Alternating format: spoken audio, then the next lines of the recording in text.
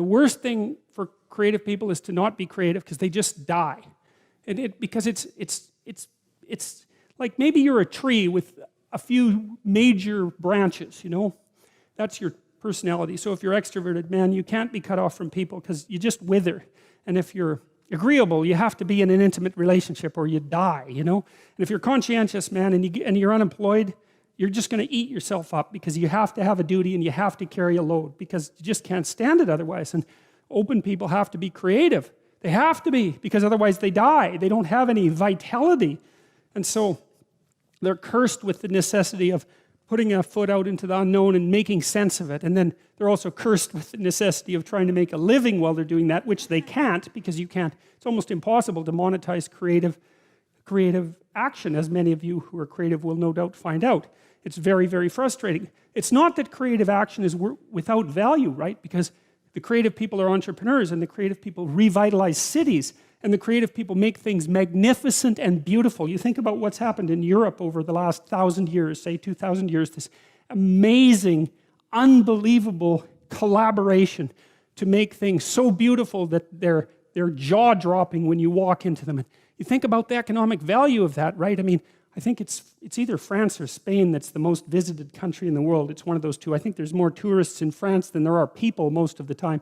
And part of the reason for that is it's just so damn beautiful. You just can't stand it. And you think, what's the economic value of that? It's absolutely incalculable. And what's interesting too is that you build that beauty in, and then the farther away you get from it in time, the more valuable it becomes, right? Instead of decaying, it has exactly the opposite effect.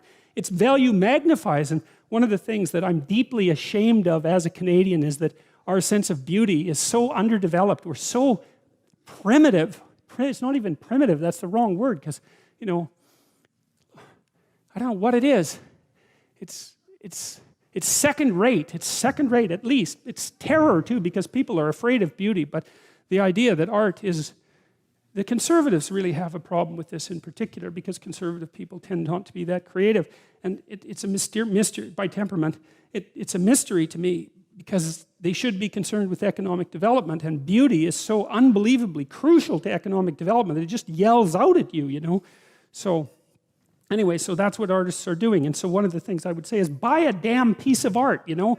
Find one that really speaks to you and buy a piece of art, because you invite that into your life, and it's a look out if you do it. If it's a real piece of art, because you'll also get a little introduction to the artist, and then that'll seep into your life, and that'll change things like mad.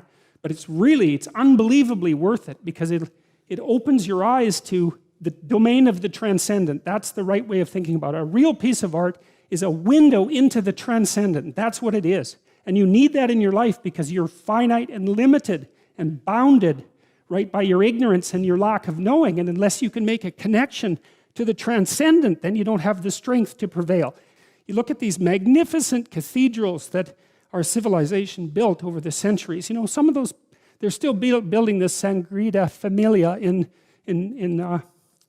Barcelona, right? And it's an amazing building. I think it's going to take them like 300 years to build that. You know, people in the Middle Ages, they'd start building a cathedral and they think, oh, we'll be done this in 300 years. You know, you imagine the vision that it took to invest in something like that. We look at quarterly reports. We can't think 300 years into the future to build something of that kind of remarkable, what? Those cathedrals are so, they're perfect, they're trees first, right? They're a forest, right? The Gothic cathedrals, they're a forest, and the sun is shining through the branches. That's the stained glass, and they're the perfect balance of light and structure, because they're representing something about the proper structure of being, which is something like the proper balance between light and structure. And they represent like the sacred tragedy of mankind. That's why they're in the shape of a cross. And they're open to the sky. That's why they have a dome. And they're full of gold.